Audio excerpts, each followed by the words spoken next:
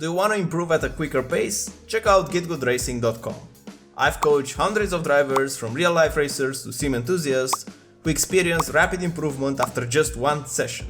And while investing in top-notch hardware is great, imagine how much more you can elevate your experience by adding coaching to the mix. My methods are practical, aiming to break down complex concepts into easily digestible bits that are simple to understand. You can find reviews of the sessions I've conducted on the Fiverr link provided in the video description. Let's elevate your racing skills together.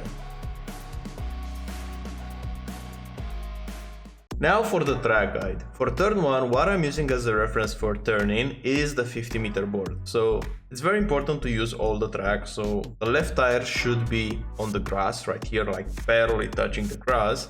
And looking at the 50, whenever I don't see the 50 anymore, like right now, I'm starting to turn into the corner, and you don't want to lift before you go into the corner. In this corner with a fixed setup, it's just a small lift, but the timing of the lift is very important. You don't want to do the lift in the beginning of the turn-in just because you want to carry the downforce of the car towards the corner.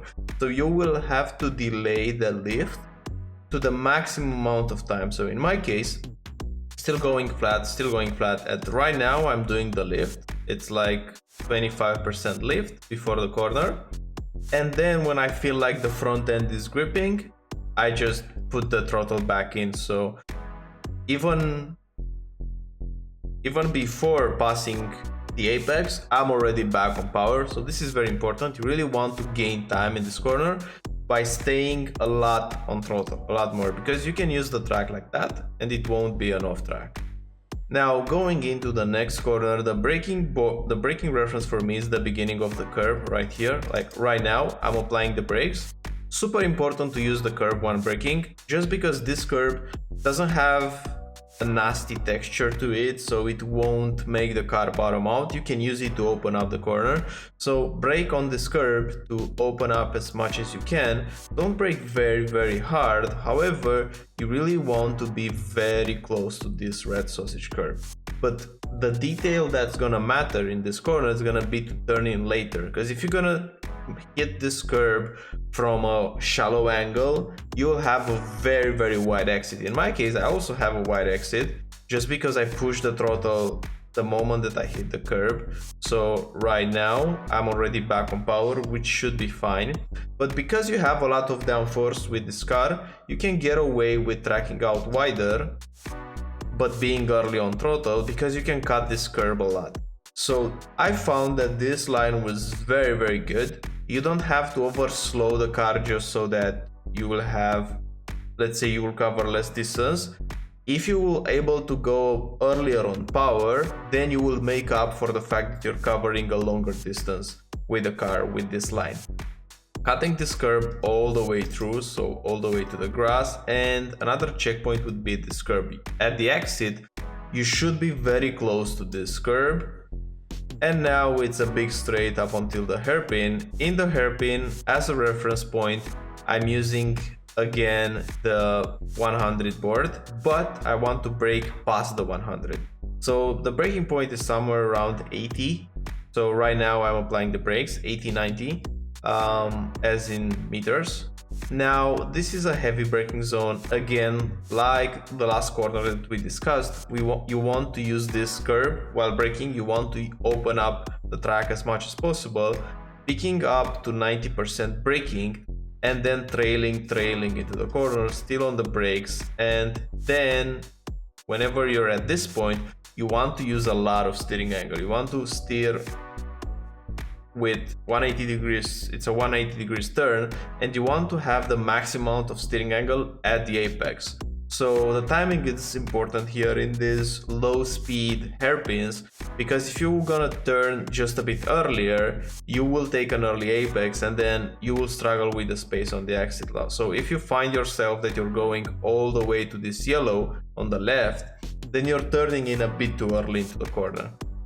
Now going into the next one, this is a flat out corner. You don't have to worry about anything here. You just want to cut this curve, so hit this curve. So that in this way you're making sure that you're traveling the shortest distance possible. Now bringing the car all the way to the curb, because our next braking reference is gonna be the 50. Slightly before the 50, we're gonna apply the brakes and again use this curb on entry. Now, very important in this corner to be pixel close to this red sausage curb on the left. The closer you're gonna be to it, the faster you're gonna be through the corner, because just few inches closer can mean that you can be like few tenths earlier on throttle. And just because the next corner is flat and you have a straight, this is basically a straight after this corner. So the earlier you're gonna be in this corner, the faster your lap time will be. Now, in terms of bringing up the power, you want to be a bit earlier on power than what I did here. I carried a lot of speed into the corner, but I'm going on power at this point. If you're gonna be able to do it just a few meters before, like 2 meters up before what I was right now, then it's gonna be even perfect. Hitting this curve is gonna be key, and then as soon as you hit it, you're gonna turn in for this corner and cut a lot here, cut a lot. Now the next one, high speed corner, similar with turn 1, you don't want to lift before you turn. So first you turn into a corner in 6th gear, then you lift slightly before the apex, and you want to cut a lot of the green part here. You want to cut it a lot and then go back on power. But on the exit, very important to not use all the track. You still have a bit of green on the left, but if you noticed, the blue and white curb is a bit taller than the green part. So if you're gonna put your left tires on the green, you will have your car like this, with the car will lean to the left, and because of that it will bottom out. So you don't want to use all the track here, use just this curve. I think this is the very limit that you can use, with just barely getting the left part of the curve.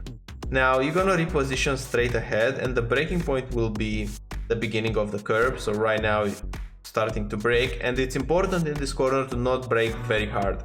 If you're gonna brake too hard, you will kill the momentum and you will overheat the tires, and it's quite easy to do it. Just trust the downforce of the car, brake softer than you think. The softer you're gonna brake here, the quicker you're gonna be into this corner. Just because from this one, so you want to be very close to the white line, and you just want to slightly use the curb, but barely use it. If you're gonna put all the tire all the way on it, it will jump the car too much forward and you will run out of track on the exit. So you want to hit it very late and hit it very softly, then putting up the power and modulating a bit just to make sure that you're gonna use all the track. You can get all the way to this curve. So if you're gonna use this curve, you either use it all the way to the right or barely using the blue. If you're gonna use something in between, like having the tires on the tarmac, the left tires on the tarmac and the right tires on the green, again the car will lean a bit to the left and it will bottom out. So you either use it all the way through or you barely use it. There's no in between, because otherwise you're gonna lose time. However, I'm quite sure that you want to use it all the way through, just because you will carry more speed, so it makes sense that you'll push the car all the way through. Now for the next corner, you will turn based on feel, and you will want to cut this blue part. You don't want to cut the green one. Again, the car will slightly lean on the left, and it's not gonna help you if you cut more, because you still have enough track to go around it like that. Now this section right now, it's very tricky, quite easy to lose or gain a lot of time. It's one of the critical sections of the track. You want to bring the car very closely to the white line, and my reference for braking is the moment that I have the car as close as I can to the white line. When I push it as close as I can, then I just give it a dab on the brakes. You don't want to brake very hard, so it's just a quick dab, and then I'm trailing in the lower 3-4 percentages into the corner. And the moment that I'm very close to this kink in the white line, so if you notice, the white line, it has its kink around here. So from this part onwards, the white line change its direction. It goes around the corner. You basically want to hit this part. and the moment that you hit it, you're gonna go back on power, and make sure you don't go over this curb, because you have a sausage curb on the left, the car will bottom out and so on. So you have to manage these corners with your throttle inputs. Notice that I'm doing some corrections on the throttles. There's gonna be low trail braking plus managing the throttle. Same here, this is gonna be flat with this car.